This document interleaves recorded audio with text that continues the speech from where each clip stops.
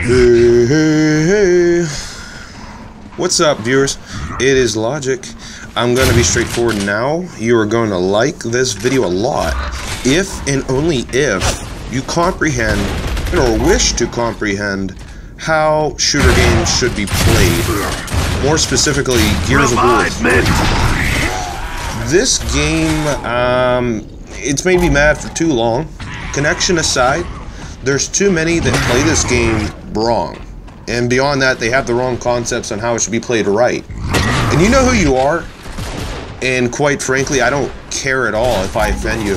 If you're offended by truth, wake the fuck up. I'm over the comments like, you hard aimer? I mean, seriously, do you get what the hell you're saying? You're practically asking me to miss my shot.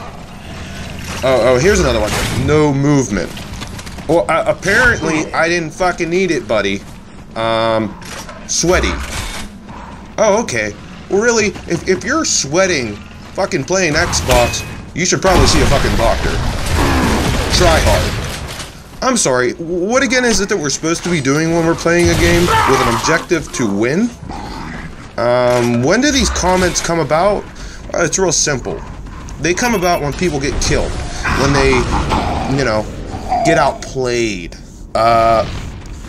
Simple, closed-minded, arrogant players can't accept that they're getting outplayed or outnumbered, and consequently, this is what comes about. Everyone wants to say who sucks and who's good, what's good, what's bad, but never clearly justify either. But that's just what I spent my time trying to accomplish. I spent my time on creating an objectively based equation that puts value on your playing and how you compare with those that still play this game. I call it the APPK, average points per kill with KD Incorporation. Is Gears of War 3 a team game? If you answered incorrectly, like, listen to this video several times. Just fall asleep with it on loop, just keep on playing, play. The question was rhetorical, okay? I'm going to quickly make you familiar with a couple terms. Mean, average of the numbers under observation, standard deviation, the measure of how spread out the numbers are in the coordination with the mean. Normal curve is the curve utilized in my project to demonstrate where people are in relationship to everyone who plays Gears of War. I'm using large sample statistics here to make the most accurate inferences possible about the population parameter. I've collected data from 68 matches for a total of 600 players. This number is significant enough to leave very minimal error in calculations. So now, the big question, what is it that I'm going to do? Well, MVP, KD, win-loss, I feel as though they're all overrated. But do you want to know what's underrated? Well, I clearly think points are. You might want to know why, and that's because points are a clear indication of your work. But no, I'm not contradicting myself. I've incorporated kills into this as an essential key number. Now try this. After playing Team Deathmatch, if you died no more than 4 deaths per round, take your final points and divide it by the number of deaths. For instance, if you take 1,000 points and 5 kills, I would get 200 as my answer. Then separately divide your kills by your amount of deaths to get your KD. In this case, let's say I had 3 deaths. After the match, my KD would be rounded to 1.7. I then take my first answer of 200, multiply it by 1.7, and I get my number of 340. So why don't you try it? And of course, you're going to want to know how you compare to the rest of everyone playing this game, right? Okay then. Well, after calculating 600 players, then converting these scores to receive a population average, I found that the average player will score 221. 69% of players will score between 176 and 266. To further this, I've included the idea of a grade to emphasize on your score you received. Again, you're going to want to take your final score for the match you played, multiply it by the KD you received for that match, then that is your number. So long as you didn't die more than 4 times per round, for instance, if the final match score was 2-0 and you died 8 times, that's acceptable. 9 times, not acceptable. If the score was 2-1, then 9 times would be acceptable. If you score under 86, note that a 99.7% of players are scoring better than you. If you score somewhere between 86 and 131, know that 97.6% of players are scoring better than you. Score between 131 and 176, 86.6% of people are scoring better than you. 176 and 221, 50% of people are scoring better, yet 50% are scoring worse. If you score between 221 and 266, you are scoring better than 84% of the players on this game.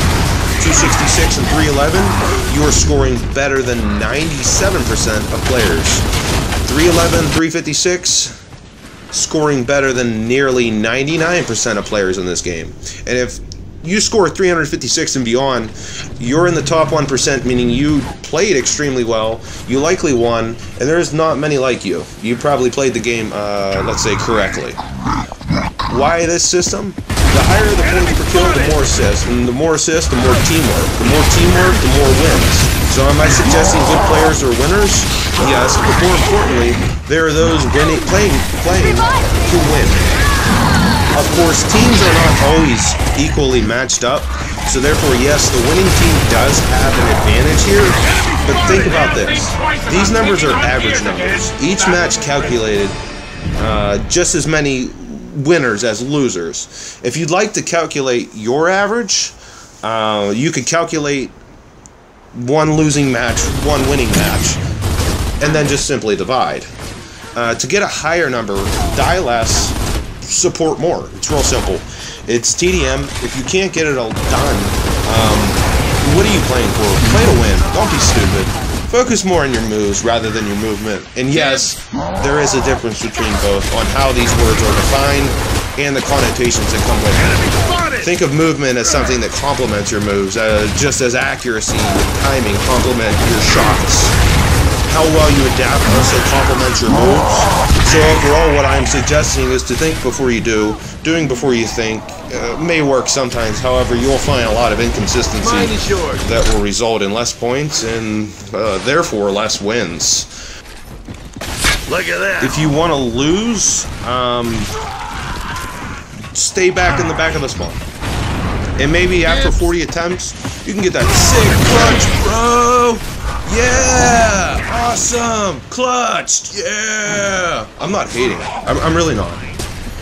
I've tried every method there is to the game, including clutching, and I do pretty well at it, actually. But the thing is that clutching is not a method. It's a different game, and it's not a game found in the menu. It might be a fun game, I suppose, depending on what you find amusement in doing. But, like I said, it's not something you find in the menu. And, to be honest, it's rude to other players, and it's blatantly disrespectful in general. As is rushing a guy hitting 5 times, spamming A and hitting 1 shot, and yeah, headshot. No. That's really not team play. This is a team game. What do you play? I'm in it for the future of the game. The past success for this game consisted of players looking to win, and I'm going to do the same. Why? Because it's the objective. You see all these challenges on YouTube. Oh, ball bouncing challenge. I got one for you. Try getting the team player ribbon to complement your MVP. Then tell me all about value.